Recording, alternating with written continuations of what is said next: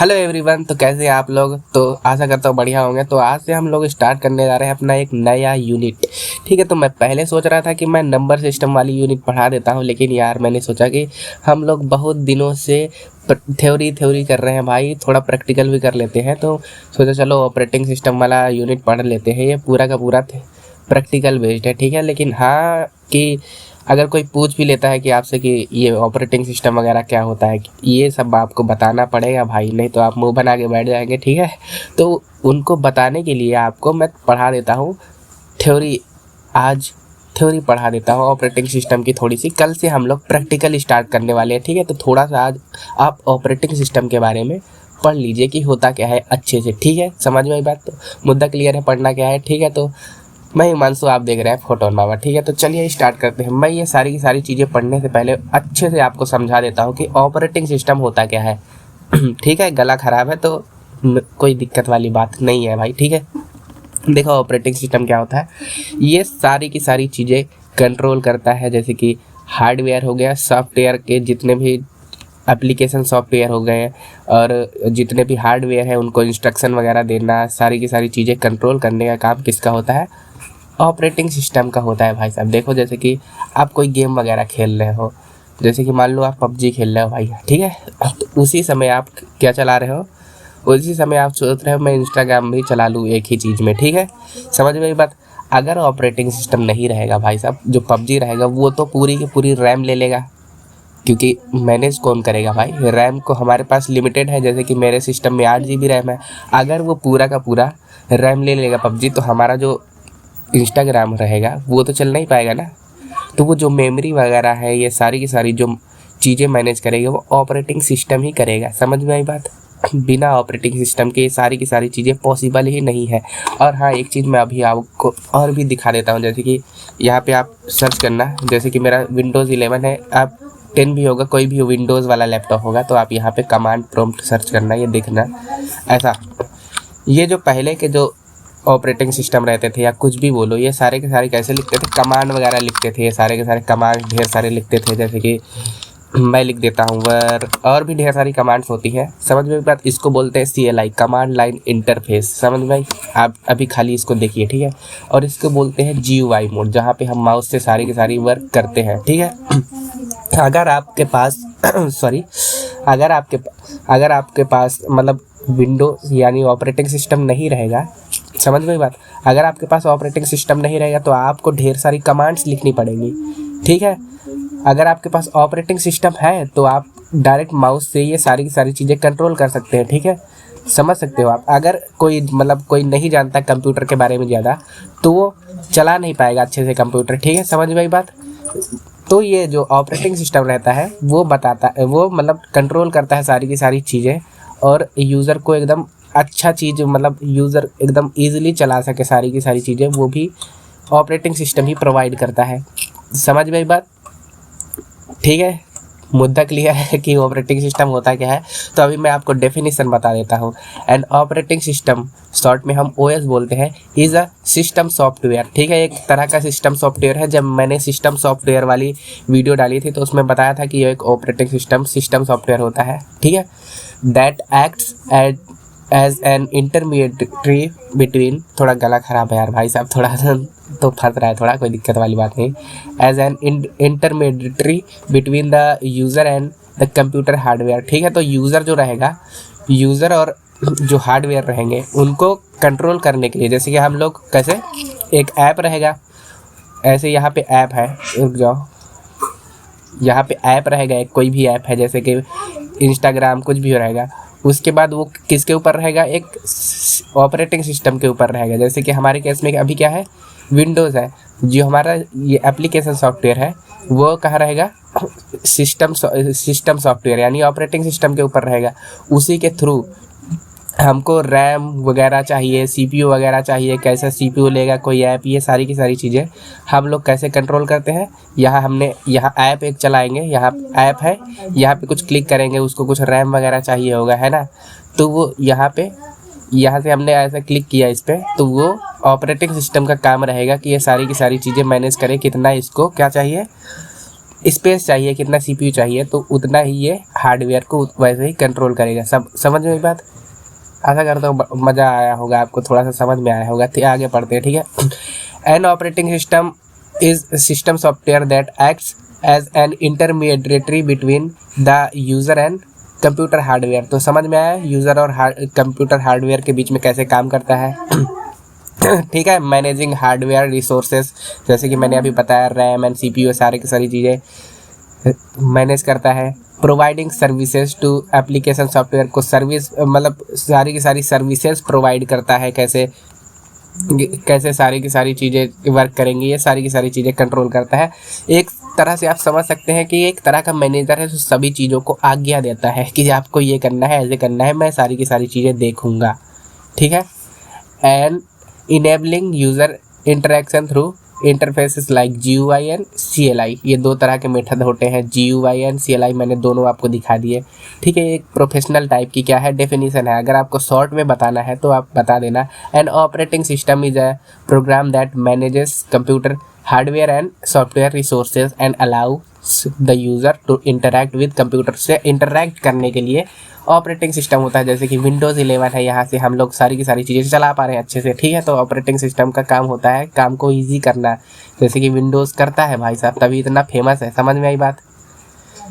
तो अभी इसके फंक्शंस देख लेते हैं, क्या क्या ये करता है भाई साहब, ये क्या क्या करता है, ये सारी की सारी चीज़ें मैं अभी आपको बताने वाला हूँ। जैसे कि प्रोसेस को मैनेज करता है, जैसे कि हमने अभी गेम चला रहे हैं, ठीक है, गेम खेल रहे हैं और भी कुछ भी चीज़ कर रहे हैं यहाँ कंप्यूटर के ऊपर। ठीक है। उसी वक्त हमको क्या करना है, अपने किसी ड्राइवर वगैरह को अपडेट करना है, प्रिंट करना है भाई। हम Ctrl P दबाते हैं तो प्रिंट करना है। तो जो काम चल रहा होगा, मतलब जो हम लोग ज़्यादा तो दे नहीं सकते हैं, जो हमारा प्रोसेसर रहेगा वो तो वर्किंग में है ना भाई, काम कर रहा है, वो चल रहा है हमारा CPU। लेकिन जब हमको प्रिंट करना होगा तो हमको CPU को खाली करना पड़ेगा काम करने के लिए। ठीक है। तो वो क्या करेगा, इसको ऑपरेटिंग सिस्टम क्या करेगा, वो वाला जो काम रहेगा थोड़ी देर के लिए सस्पेंड कर देगा, थोड़ी देर के लिए काम बंद कर देगा, तो प्रिंट कर देगा तुरंत ही, मतलब ये वाले प्रोसेस को चढ़ा देगा। प्रोसेस वाइज प्रोसेस काम करता है, मतलब पहले कोई काम हो रहा था, फिर उसके बाद दूसरा काम करना है जो इम्पोर्टेंट है, तो वो CPU को दे देगा, तुम ये करो भाई, उसको छोड़ो थोड़ी देर के लिए। ये सारी की सारी चीज़ें बहुत ही मतलब डीप पढ़ना है आपको, तो ऑपरेटिंग सिस्टम का पूरा यूनिट आता है, बड़ा सा चैप्टर टाइप का, तो उसमें पढ़ सकते हैं। लेकिन मैं आपको अच्छे से बता दे रहा हूँ अभी, अगर आप बिगिनर लेवल पे हैं तो आप इतना ही जानिए। ठीक है। प्रोसेस को मैनेज करता है, जैसे कि यहाँ पे देखो, मैं यहाँ से राइट क्लिक करूँगा, टास्क मैनेजर खुल जाएगा। ठीक है। यहाँ पे ढेर सारे प्रोसेस चल रहे हैं, कौन कितना मेमोरी ले रहा है, CPU ले रहा है, डिस्क कितना ले रहा है, ये सारी की सारी चीज़ें कौन मैनेज करेगा, ऑपरेटिंग सिस्टम मैनेज करेगा। ठीक है। मतलब कोई ज़्यादा मेमोरी ना ले पाए, जिससे हमारी रैम वगैरह ना भरे, ना मेमोरी भरे। ठीक है। समझ में आई बात? तो ये ऑपरेटिंग सिस्टम ही मैनेज कर रहा है सारी की सारी चीज़ें। समझ में आई बात की कोई भी ज़्यादा कोई टास्क होगा, कोई भी प्रोग्राम होगा, वो ज़्यादा से ज़्यादा मेमोरी ना ले, कम से कम ले, उसको मैनेज करता है। ठीक है। प्रोसेस को मैनेज करता है। Starts, stops and scheduled program, यहाँ पे देखो, अब यहाँ से कोई तो प्रोग्राम अगर हमको स्टार्ट करना है तो हम यहाँ से स्टार्ट भी कर सकते हैं, कोई भी बंद करना, यहाँ से न्यू टास्क यहाँ से क्रिएट भी कर सकते हैं, एंड भी कर सकते हैं। ठीक है। तो ये सारी की सारी चीज़ें क्या कौन कंट्रोल करता है, ऑपरेटिंग सिस्टम कंट्रोल करता है। हाँ, वीडियो थोड़ी लंबी होगी क्योंकि मैं अच्छे से बता रहा हूँ, तो आप अच्छे से सुनना भाई, बहुत ही बढ़िया से आपको बताऊँगा, क्योंकि ये पूरा बेस है भाई कंप्यूटर का। ऑपरेटिंग सिस्टम अगर आपको नहीं आता तो आप अच्छे से नहीं चला पाएंगे कंप्यूटर भाई, पूरा ये बेस ही है भाई। तो अच्छे से इसको पढ़ना, जब तक कि ऑपरेटिंग सिस्टम की वीडियोस आ रही हैं तो आपको दिल लगा के पढ़ना है। ठीक है। फिर दूसरा काम क्या है, distributes CPU time among different processor, मतलब ढेर सारे प्रोसेस चल रहे हैं, उनको अलग अलग कितना टाइम देना है, कौन कितने टाइम के लिए चलेगा, ताकि रैम खाली हो जाए, हमारा जो CPU रहे वो खाली रहे, ज़्यादा उसको काम ना करना पड़े, नहीं तो ज़्यादा से ज़्यादा मतलब काम उसको देते रहें और ज़्यादा ओवरलोड भी ना हो। तो ये सारी की सारी चीज़ें मैनेज करता है ऑपरेटिंग सिस्टम। समझ में आई बात? उसके बाद आते हैं मेमोरी मैनेजमेंट के लिए। जैसे कि अभी मैंने बताया 2 गेम हम खेल रहे हैं, अगर कोई दो ऐप चल रहे हैं, वो अगर ऑपरेटिंग सिस्टम नहीं रहेगा तो भाई एक ऐप पूरे की पूरी रैम ले लेगा, तो दूसरा ऐप चलने के लिए रैम ही नहीं बचेगी। तो मतलब कोई भी चीज़ अगर चलना है तो उसको रैम की ज़रूरत पड़ती है, समझ में आई बात। तो जब रैम ही नहीं रहेगी तो दूसरा प्रोग्राम नहीं चल पाएगा, दूसरा ऐप नहीं चल पाएगा, तो उसको भी मैनेज करता है। मतलब रैम मेमोरी वगैरह को ऑपरेटिंग सिस्टम मैनेज करता है कि कोई ऐप ज़्यादा मेमोरी ना ले पाए, ताकि सारे के सारे जितने भी ऐप हैं स्मूथली चल पाए बिना किसी दिक्कत के, ठीक है। तो allocates and free RAM for programs, RAM वगैरह को फ्री करता है, ढेर से ज़्यादा फ्री कर सकता है, जितना फ्री कर सकता है उतना करेगा, ठीक है। Keeps track of how much memory each program is using, यहाँ पे देखो ट्रैक कर रहा है ना भाई, यहाँ पे देखो ये ट्रैक कर रहा है कि कौन सा ऐप कितनी मेमोरी ले रहा है, कोई ज़्यादा तो नहीं ले रहा है ठीक है, समझ में आई बात।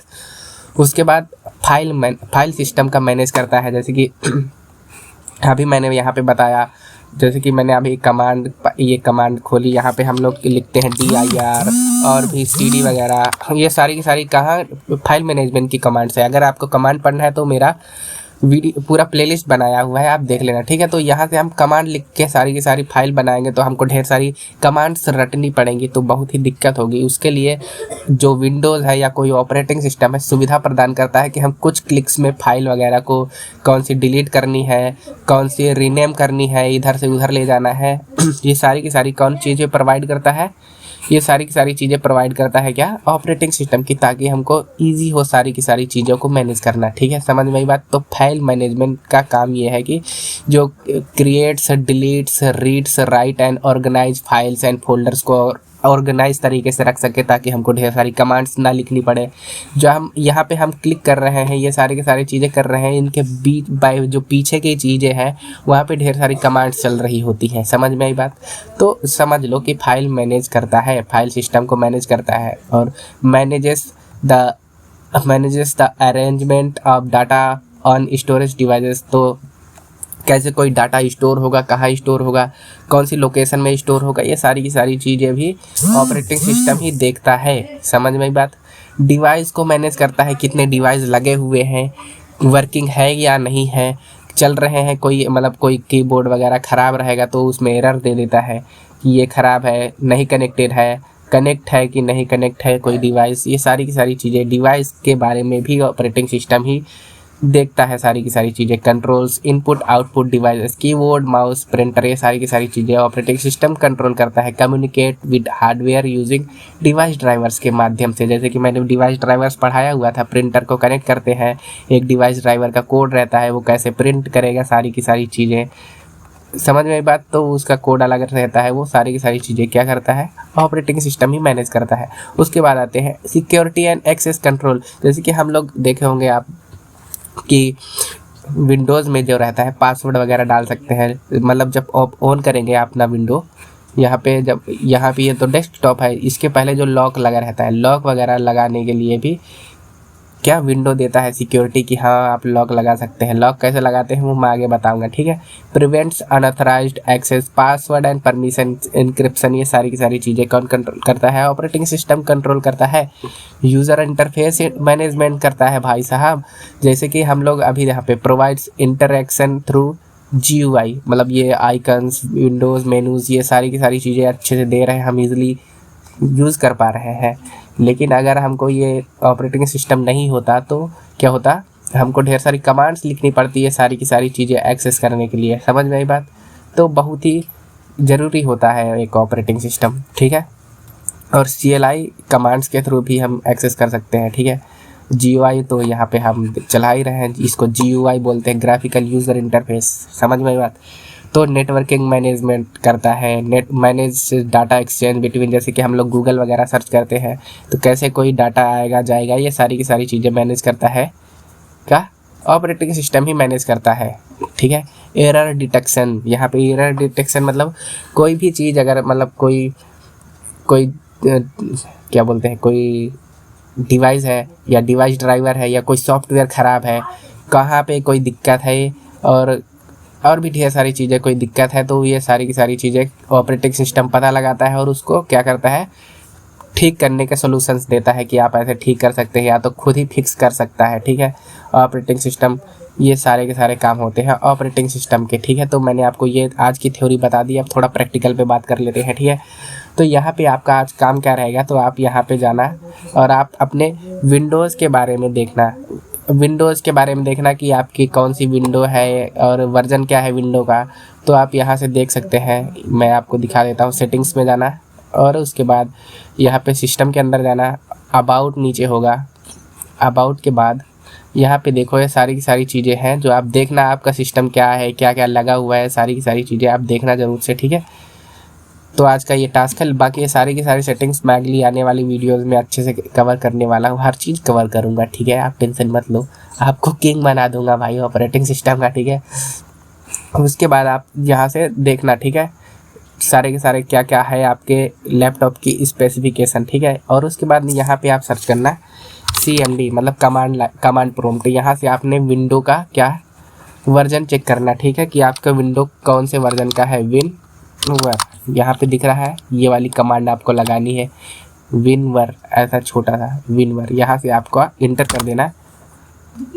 अब भाई तो यहाँ पे एक कमांड ये पायलट वगैरह खुल जाएगा। अबाउट विंडोज़ के बारे में बता देगा, तो आप इसको ट्राई ज़रूर करें भाई। कैसे ये मतलब कौन सी विंडो है, क्या है, ये सारी की सारी चीज़ें आप अपना देखना। कोई पूछ लेता है आपके कंप्यूटर के बारे में, तो आप उसको बता सके कि हाँ मेरा ये कंप्यूटर है। वहाँ पे जो मैंने बताया था अबाउट सेक्शन में, वो सारी की सारी चीज़ें आप चेकआउट ज़रूर करना। ठीक है, समझ में बात। तो मैंने आपको बताया। बाकी आज का तो ये पूरा लेक्चर थ्योरी बेस्ड है। कल से हम लोग प्रैक्टिकली स्टार्ट करने वाले हैं। ठीक है, समझ में आई बात। तो वीडियो कैसा लगा आप बताना ज़रूर से। तो मिलते हैं अगली वीडियो में, तब तक के लिए ta-ta bye bye and take.